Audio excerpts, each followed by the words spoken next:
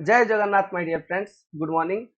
Welcome to Concept Decoder. मैं पीयूष पराग sir आप सभी का स्वागत करता हूं कॉन्सेप्ट डिकोडर प्लेटफॉर्म के ऊपर। So alert, form fill up for OSSC JE 2022 आज से स्टार्ट होने वाला है, स्टार्ट हो चुका है। तो इस पर्टिकुलर वीडियो में मैं आपको कंप्लीट प्रोसेस बताऊंगा कि किस तरह से फॉर्म फिलअप करना है, किन किन बातों का ध्यान रखना है, क्या क्या गिवन है वहां पे डेटा। ओके, बहुत सारे बच्चे नहीं पढ़ते हैं ढंग से फॉर्म को, तो टेंशन नहीं, इस वीडियो को देख लीजिएगा। मैं आपको पूरा का पूरा बहुत अच्छे तरीके से समझा दूंगा डिटेल में। और पोस्ट प्रेफरेंस वगैरह माइंड में चलता है ना, कंफ्यूजन वगैरह रहता है। Okay, so not to worry, सब चीज बहुत डिटेल में बात करेंगे, ठीक है, इस पर्टिकुलर वीडियो में। तो सबसे पहले जो वेबसाइट है, वेबसाइट इज आवर www.ossc.government.in। ये आपका वेबसाइट है। Okay, now how to apply, कैसे अप्लाई करना है। चलिए, जो नोटिफिकेशन है, नोटिफिकेशन पे ही सब कुछ गिवन है, उसी को देखते हैं अच्छे से। तो हाउ टू अप्लाई, आपको सबसे पहले www.ossc.government.in के वेबसाइट पे जाना होगा। आप इसी वेबसाइट से अप्लाई कर पाएंगे, ठीक है। वहां पे अप्लाई ऑनलाइन के लिए होगा, एक बटन होगा, तो अप्लाई ऑनलाइन पे क्लिक करना है। उसके बाद जैसे आप न्यू यूजर हो, मतलब you are applying for first time, then आपको रजिस्टर करना होगा, ठीक है। आप जब रजिस्टर करेंगे तो रजिस्ट्रेशन कंप्लीट होने के बाद आपको यूजर आईडी और आपका पासवर्ड मिलेगा, ठीक है। तो ये जो पूरा प्रोसेस है, आप इसको बहुत अच्छे से करिएगा, ठीक है। इन सब चीज़ों में बेसिक चीज़ है, तो इस पे गलती नहीं करिएगा। ओके, आप न्यू यूज़र पे क्लिक करिए और रजिस्टर कर लीजिए अपना। सबसे पहले ऑनलाइन रजिस्ट्रेशन कर लेंगे, उसके बाद फिर वो अपने आप ओपन होते चलेगा, और जैसा जैसा वो आपको बोलेगा आप वैसा वैसा फॉर्म फिलअप करते चलना। यही होता है और कुछ नहीं होता है, ठीक है। लेकिन कुछ मैंडेटरी बात है, जो इंपॉर्टेंट बात है, जो आपको ध्यान में रखना पड़ेगा। आपको एक कांस्टेंट ईमेल आईडी और मोबाइल नंबर मेंटेन रखिए फॉर ओएसएससी, ठीक है। एक मतलब एक्टिव ईमेल आईडी आपका होना चाहिए और मोबाइल नंबर, जिसपे कि जो डिपार्टमेंट है ओएसएससी वो मैसेज करेंगे आपको। Okay, for update related to examinations, है ना। तो आप कोई ऐसा मोबाइल नंबर और ईमेल आईडी रजिस्ट्रेशन के टाइम पे यूज कीजिए, ये बहुत जरूरी है।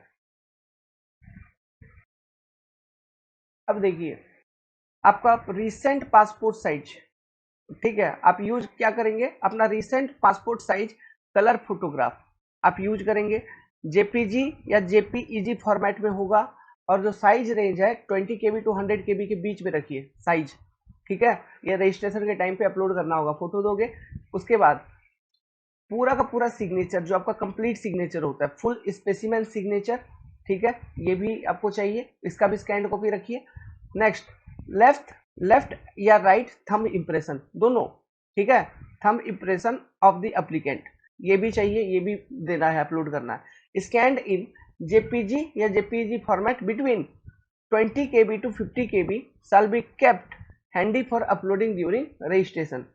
जो डॉक्यूमेंट होगा, ठीक है, जो भी डॉक्यूमेंट अपलोड करने के लिए बोलेंगे ये, वो डॉक्यूमेंट आपको पीडीएफ फॉर्म में अपलोड करना है।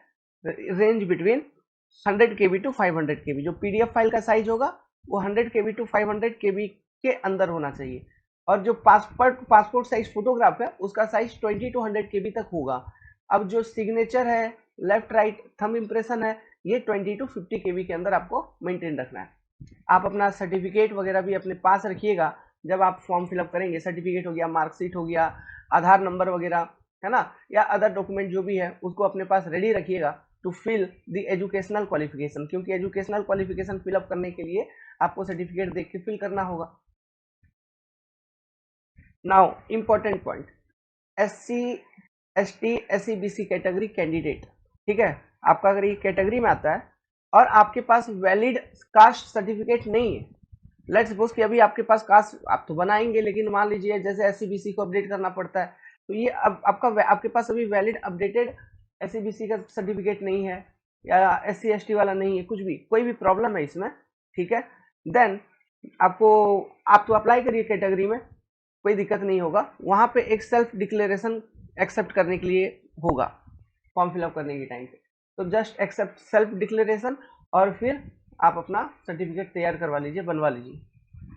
ओके, तब जाके आपको कैटेगरी का बेनिफिट मिलेगा, नहीं तो डीवी के टाइम पे फिर प्रॉब्लम आ सकता है, ड्यूरिंग डॉक्यूमेंट वेरिफिकेशन प्रॉब्लम आ सकता है। ओके, और जब आप फॉर्म फिलअप करोगे तो उस वक्त आपको ये सर्टिफिकेट का डिटेल्स वहाँ पे देना पड़ेगा, ठीक है। अगर नहीं है और आप कैटेगरी में भरना चाहते हैं तो सेल्फ डिक्लेरेशन वहाँ पे होगा, तो उस पर मतलब उसको लेके प्रोसीड करना है। फिर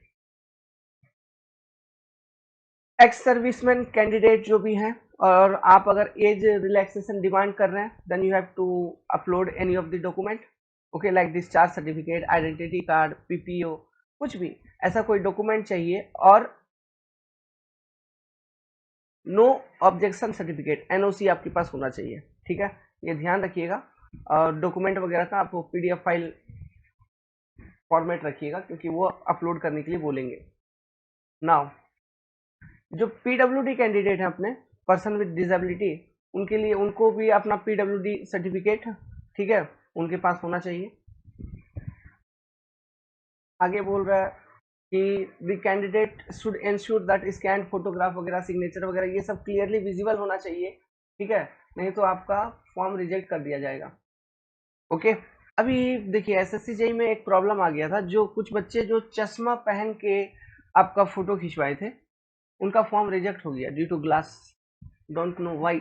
बहुत सारे ऐसे बच्चों का, मेरा स्टूडेंट, लगभग 5-6 स्टूडेंट हमारा खुद का, उनका फॉर्म रिजेक्ट हो गया, बहुत बुरा लग रहा है उनके लिए। तो यहाँ पे अभी चश्मा के बारे में तो कुछ ऐसा बोला नहीं है, लेकिन अगर आप चश्मा पहनते हो तो चश्मा निकाल के फोटो खिंचवाइए, पासपोर्ट साइज फोटो। फिर एग्जाम सेंटर पे क्या है, जब आप जाओगे उसका आपको जब देखेगा, वेरीफाई करेगा, तो चश्मा खोल देना एक बार, देख लो सर मैं ही हूँ, है ना। तो आप चश्मा अगर पहनते हैं, स्पेक्ट्स यूज करते हैं, देन उसको खोल के पासपोर्ट साइज फोटो खिंचवाइएगा, ओके, एक सजेशन है मेरे तरफ से, ओके। और फॉर्म फिलअप करते वक्त अपना डिटेल्स सही सही भरिए, जैसे name, father's name, mother's name, address, जो भी है एकदम करेक्ट करेक्ट वे में ही भरिए, मिसमैच नहीं होना चाहिए किसी भी तरह का। प्लस एक पॉइंट और है, मैं दिखाता हूँ। देखो, जो सबसे इम्पोर्टेंट पॉइंट है वो ये है कि फॉर्म को बहुत ही अच्छे तरीके से पढ़ के, जो बोला जा रहा है सुन सुन के, देख देख के अच्छे से भरना है। नहीं तो क्या होगा, होता है ना कभी कभी रजिस्ट्रेशन करने में गलती हो गया, हाँ, तो एक से ज्यादा रजिस्ट्रेशन आईडी बना लिया है। सेम कैंडिडेट का एक से ज्यादा रजिस्ट्रेशन आईडी भी अगर बन जाएगा, और वो अगर पता चल गया उड़ीसा गवर्नमेंट को, तो वो आपका कैंडिडेचर को ही खत्म कर सकता है। क्योंकि अभी जो आप फॉर्म फिलअप कर रहे हो, इट इज प्रोविजनली, ओके, उसमें प्रोविजनली एक्सेप्टेड होगा, it will be provisionally accepted, यहाँ लिखा हुआ है, ठीक है। और फॉर्म फिलअप करने के बाद उसका प्रिंट आउट निकालना है आपको, वो भी अच्छे से ध्यान रखिएगा कि प्रिंट आउट निकालना है। यहाँ पे देखिए लिखा हुआ है, in case more than one application of a candidate with different registration number is detected, all the application will be, all the, सारा का सारा एप्लीकेशन जो भी आपका सही से भी भरा है वो भी रिजेक्ट हो जाएगा बाय कमीशन, एंड इस candidature for examination will be cancelled, आप एग्जाम दे ही नहीं पाओगे। इसलिए बहुत अच्छे से आराम से भरना है आपको फॉर्म, ठीक है। आप मल्टीपल एप्लीकेशन मत भरिए, ठीक है। और तो किसी भी स्टेज ऑफ एग्जामिनेशन के टाइम पे, अगर उनको मेंस एग्जामिनेशन के टाइम पे वो चेक करें और आपको पता चल गया कि मल्टीपल एप्लीकेशन भर रखा है बच्चे ने, तब भी कैंसिल कर देंगे वो, ठीक है। तो बी सीरियस, अच्छे से भरना है, आराम से, धीरे धीरे। क्यों? क्योंकि मॉडिफिकेशन के लिए भी कोई ये ऑप्शंस नहीं दे रहे हैं, नो चेंज या करेक्शन, नो चेंज, करेक्शन या मॉडिफिकेशन विल बी अलाउड, ये सब कोई चांस नहीं है। तो सही सही भरना है फॉर्म को, ठीक है। और एक इंपॉर्टेंट पॉइंट हम यहाँ पे डिस्कस कर रहे हैं, देखिए, the candidate must write their name, date of birth, father's name and mother's name as given in the matriculation test certificate. जो आपका 10th का सर्टिफिकेट है, 10th के सर्टिफिकेट में जो डेट ऑफ बर्थ है, आपका नेम है, फादर्स नेम है, मदर्स नेम, वही नेम, वही सब कुछ, वही डेटा एंटर करना है। अदरवाइज देयर कैंडिडेचर में be cancelled at the time of document verification. Exam तो आप दोगे अच्छे से, कोई प्रॉब्लम नहीं होगा, बट जब आप डीबी में जाएंगे ना, डॉक्यूमेंट वेरिफिकेशन के टाइम पे, तो फिर आपको रिजेक्ट कर दिया जाएगा। क्लियर है? Applications with blurred in eligible photograph signature will be rejected. तो ये जो फोटो पुराना वाला पड़ा हुआ है, पासपोर्ट साइज फोटो डाल देंगे, अरे नहीं, 30 रुपया जाके खर्चा कर लो, पासपोर्ट साइज फोटो जाके अच्छे से खिंचवा लो, एकदम साफ साफ बढ़िया बैकग्राउंड के साथ, कलर फोटो एक खिंचवाना, व्हाइट या ब्लू बैकग्राउंड रखो पीछे, ठीक है। चश्मा लगाते हो तो उसको निकाल लो, और सिग्नेचर को भी बहुत अच्छे तरीके से साइन करके कोई कंप्यूटर दुकान में जाके स्कैन करवाओ, बहुत अच्छे से, और उसको बोलो जो उसका साइज, अपना जो साइज है, जो साइज का सिग्नेचर चाहिए स्कैन कॉपी, उसी में मुझे क्रॉप करके दो, क्योंकि हम पैसा देंगे तो उसी को बोलेंगे काम करके दो भाई। ओके, तो इन सब चीजों का ध्यान रखिएगा। प्लस जो ईमेल आईडी और मोबाइल नंबर यूज करेंगे उसको आप up to exam, up to your posting तब तक आप रखना है आपको, क्योंकि इसी पे वो डिटेल भेजेंगे, है ना। Candidate must carry 2 passport size recent color photograph and one valid photo ID proof such as Aadhaar card print out, Aadhaar card हो गया या फिर ई आधार हो गया, ड्राइविंग लाइसेंस या फिर voter card, to examination centre. और जो भी आपका वैलिड आईडी होगा उसमें आपका डेट ऑफ बर्थ क्लियरली दिखना चाहिए, समझ रहे हो, डेट ऑफ बर्थ क्लियरली दिखना चाहिए। यहाँ पे लिखा हुआ है if photo identity card does not have the date of birth printed in it, तो आपको एग्जामिनेशन देने से रिजेक्ट कर दिया जाएगा, समझ रहे हैं। और एक चीज बताता हूँ, आप यहाँ पे 2 पासपोर्ट साइज फोटोग्राफ लेके आपको जाना है सेंटर पे, तो जो अभी एक फोटो खिंचवाओ, तो जो फोटो अभी आप लोगे खिंचवाओगे इसी फोटो को रखना अपने पास और इसी को एग्जामिनेशन सेंटर पे लेके जाइएगा, समझ रहे हैं। तो ये सबसे बेस्ट होगा आपके लिए। और किसी किसी बच्चों का प्रॉब्लम आता है ना कि आधार कार्ड वगैरह में ये डेट ऑफ बर्थ वगैरह अपडेटेड नहीं होता है, और आपको आधार कार्ड लेके जाना है एग्जामिनेशन सेंटर पे, तो घबराने का नहीं है। आधार नंबर अभी मांगेगा, बस अभी आधार नंबर दे दीजिए और आधार कार्ड को जाके नियर बाय बैंक में, लोकेशन में, जहां पर भी है स्लॉट देख के अपडेट करवा लो आधार कार्ड को। ओके, आधार कार्ड को क्या करवा लेंगे, अपडेट करवा लेंगे, ठीक है बस। और वो भाई जो पीडब्ल्यूडी कैंडिडेट हैं, ठीक है, पीडब्ल्यूडी कैंडिडेट एंड आपको मतलब स्क्राइब की ऑप्शंस चाहिए। स्क्राइब मतलब होता है जो आप नहीं, आपके साथ कोई जाएगा तो वो एग्जाम लिखेगा, ठीक है। तो आपको medical certificate, undertaking, photocopy of scribe's photo ID proof, ठीक है, as specified by advisory notice, इतना डेट 24/10/2019, 24/10/2019 को जो नोटिस दिया था उसके अकॉर्डिंग सारा कुछ, ठीक है, सबमिट करना पड़ेगा, ठीक है। और मान लो किसी भी तरह का फेक फॉर्म फिलअप कर दिया है, कुछ भी हुआ कि कोई इंटेलिजेंट है, मेरे को नौकरी चाहिए, मेरे बदले तू चले जाए एग्जाम देने के लिए, ऐसा वैसा फैब्रिकेटेड एप्लीकेशन या फिर कोई भी तरह का कुछ भी गलत सलत काम कर रहे हो, तो आईटी एक्ट के तहत अंडर साइबर क्राइम बुक कर दिए जाएंगे। अब ये वाला इंपॉर्टेंट पॉइंट है, सुनो मेरा बात।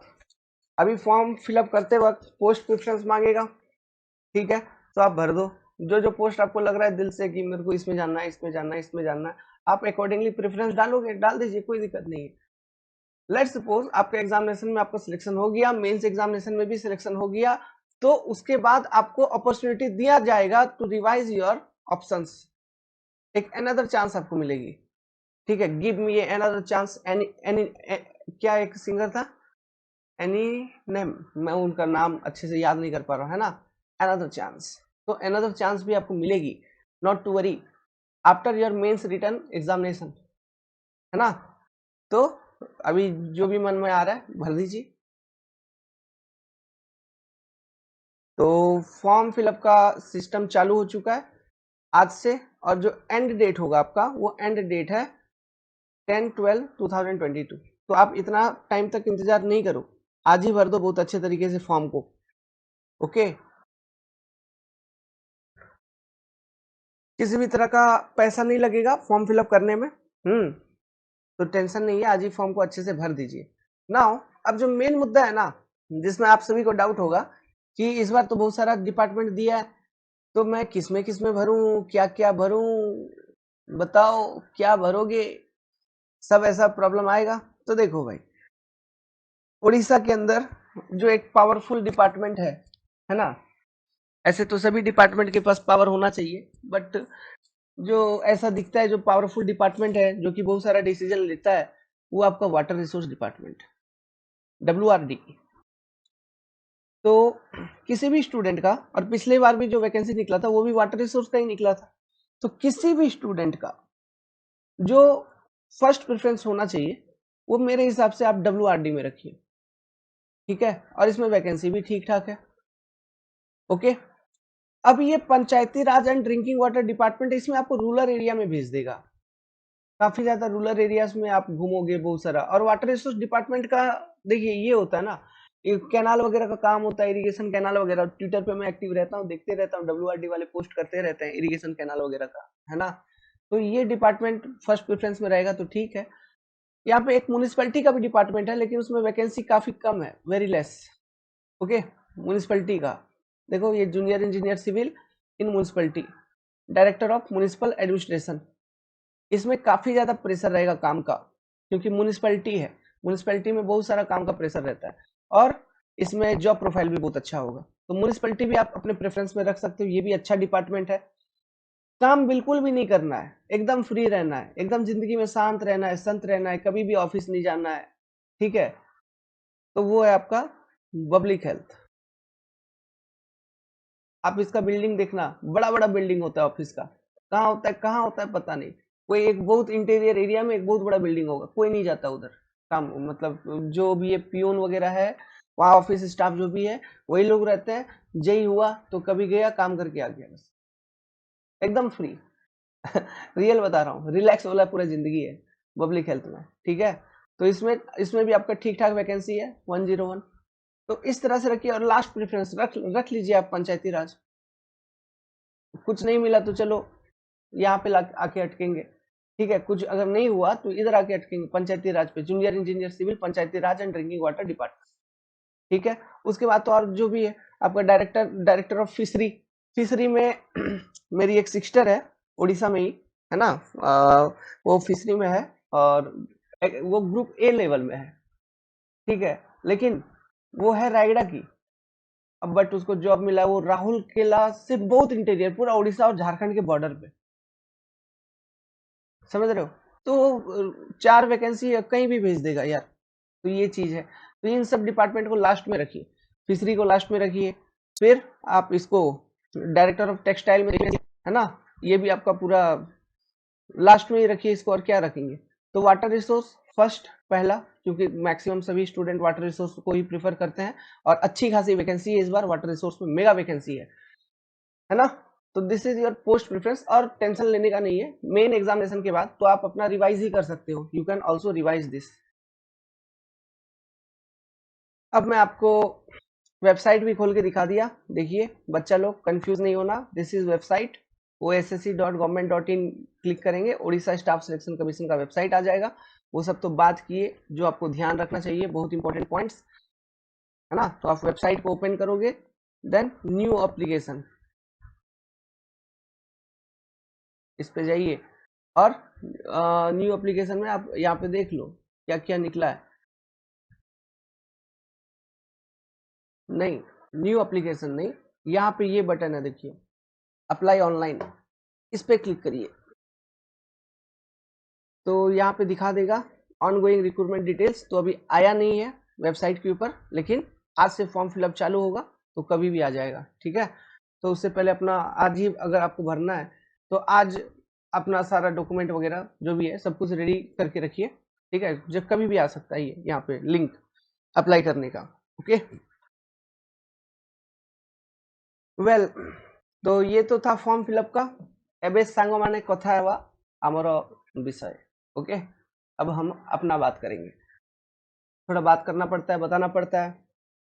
अगर आप लोग भटक रहे हो, तैयारी ढंग से हुआ नहीं है, तैयारी करना है, we have preliminary classes and our technical classes completely. Technical आपका सब्जेक्टिव होगा, इट इज फिक्स, क्योंकि ओएसएससी पूरा प्री प्लान करके रखा है, सब्जेक्टिव ही लेना है ना। उनका पूरा प्लानिंग है, क्वेश्चन पेपर भी प्रिंट हो गया होगा उनका, या करेंगे, ठीक है। तो प्रीलिमिनरी एग्जाम में आपको ये सिलेबस है, अभी मैथ ऑन गोइंग है। करंट अफेयर जो सेक्शन है, करंट अफेयर्स यहाँ पे लिखा हुआ है, बट जो आपका एग्जामिनेशन पैटर्न है उसमें हिस्ट्री सिविक्स पॉलिटी ज्योग्राफी ये सब भी हैं, ठीक है। सब्जेक्टिव होगा आपका मेंस का एग्जामिनेशन पूरा टेक्निकल सिविल इंजीनियरिंग का 200 मार्क्स 3 आवर्स। जो फी है tech plus non tech 5499, okay. You can also enrol in technical only, okay, not a problem. और जो नॉन टेक्निकल का फी है अपना 1499, ठीक है। No one can stop us from being selected if we prepare in a very well manner, all the best, जय Jagannath. Download the concept decoder Android application for enrolment. Okay, वहां पर क्लास होंगे, आप जाइए सीधा एनरोल कर लीजिए। All the best.